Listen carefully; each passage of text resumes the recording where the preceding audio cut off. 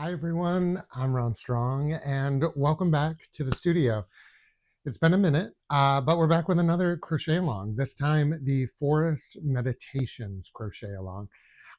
We're going to be crocheting this beautiful striped sampler blanket. It's so pretty and cozy and warm, and it uses all of my favorite earthy colors. It's worked in a bunch of different ways, from stripes, side to side, join as you go, motifs. There's a lot to learn, so I'm really excited to dive in and share this with you. You can find all the details for this on my Substack, which I'll make sure to link below. You can also find the pattern there and everything else. So I kind of keep everything updated from there. So if you haven't subscribed to that, make sure you do that. It's absolutely free. You can join the paid tier, in which you'll get this pattern and all my other past patterns for free. So that's pretty cool. I guess it's not free if you're paying, but anyway, you know what I mean. So I hope you all have a lot of fun crocheting this up, and yeah, let's get stitching. All right, so to get started, we're beginning with our first color, and we're going to go ahead and chain 22. All right, so after we have 22 chained, we're going to work a single crochet in the second chain from the hook and a double crochet. So a single and a double into the second chain from the hook. Okay, I'm going to skip the next chain, and into the chain after that, we're going to work a single and a double.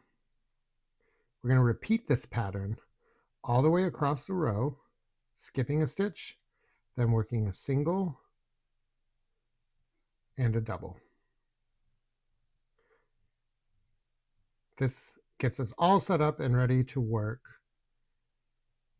the bulk of our textured shell stitch, which is just a one row repeat. So it's actually pretty easy and great kind of mindless crochet, that potato chip crochet that we love, where we just kind of keep wanting to do one more row.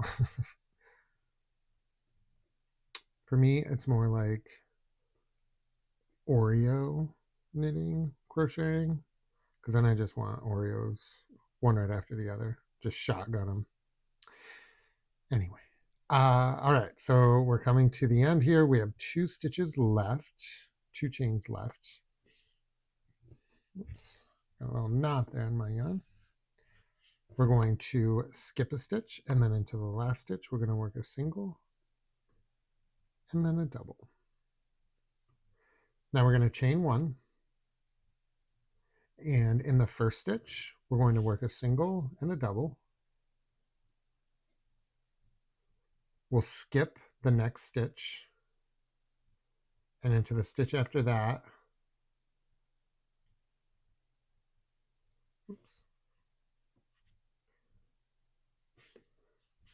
all right, so for row 2, we're going to chain 1. That doesn't count as a stitch. We're going to skip that first double, and then into the next stitch, we're going to work a single and a double. We skip the double, and into the next stitch, we work a single and a double. Skip the double, and then into the single, we do a single and a double. And we work that all the way across.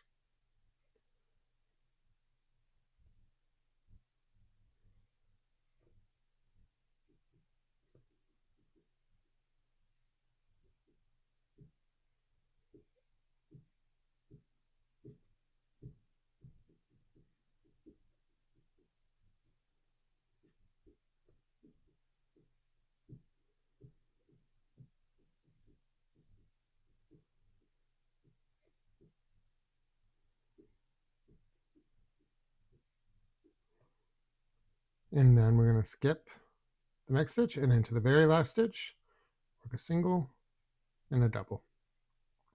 So again, we're going to work that row one more time. We chain 1 and we turn, we skip the first stitch, and then into the single, we work our single and double. And that's kind of the bulk of what we're doing. We're just going to keep skipping those double crochet stitches, and into the single crochet stitches, we're going to work our combination of a single and a double.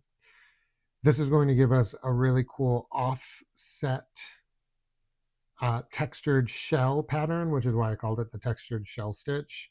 Now, it's not technically a shell in the sense of it looking like a shell, but it's a shell in that there's multiple stitches going into the same stitch. So a technicality for which I chose to make things simple for myself.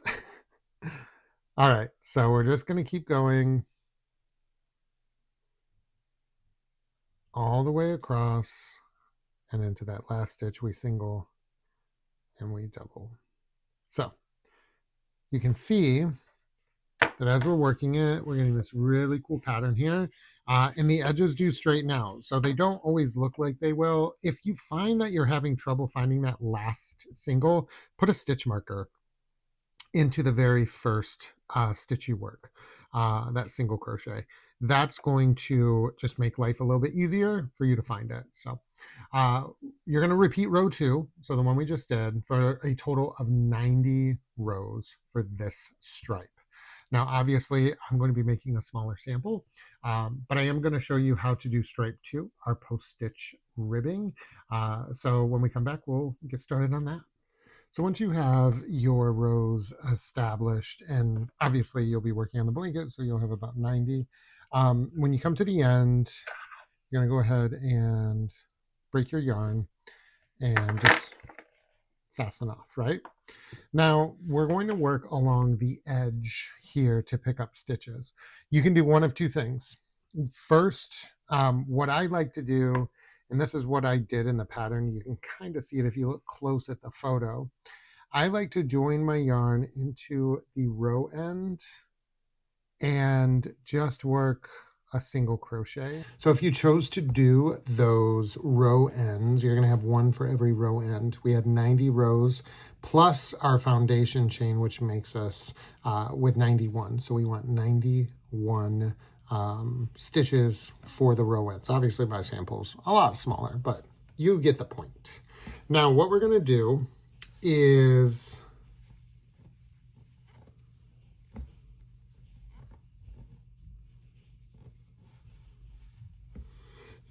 so whether or not you chose to work the row ends doesn't matter when we're joining our new yarn. You're just going to treat the row ends as row ends or the stitches as stitches, right?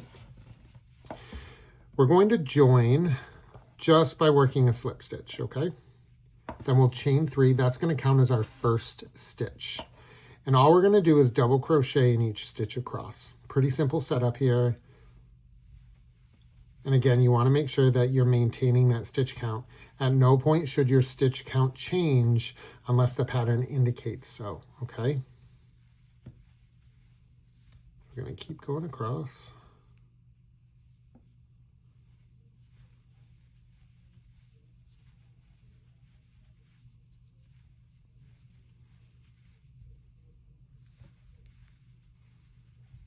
All right. For our next row, for row 2, we're going to combine 3 different stitches. We're going to work a half double crochet in the first stitch. So we chain 1 and we just work a half double. Now into our next stitch, we're going to do a front post double. So to do that, we yarn over, we insert our hook in between the first and second stitch behind the post of the next stitch. Okay. So we're bringing that post to the front. To do a back post, we yarn over and then we push that post to the back. And that's really what it's about. It's just changing where the post is. So we push the post to the front and we push the post to the back. Push the post to the front and to the back. And we just repeat that all the way across. Pretty simple, pretty standard, easy stitches here. And then as we go across, when we get to the very end, we're just going to half double crochet into that chain 3. Now we'll chain 1 and turn. We're going to do the same thing. So the same row, half double in the first. But now, so instead of doing a back post to maintain the kind of sequence that we got, we're going to offset things. So we're going to still work a front post and then a back post. We're going to alternate all the way across.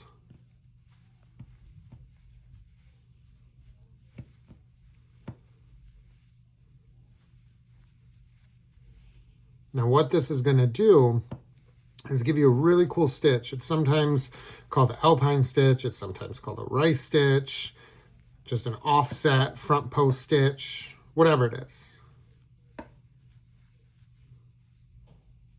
And I'm about to run out of yarn, but for demonstration purposes, look at that. I lost yarn chicken, guys.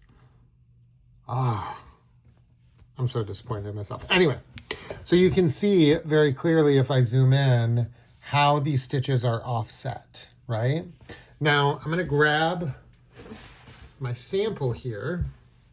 I'm going to show you.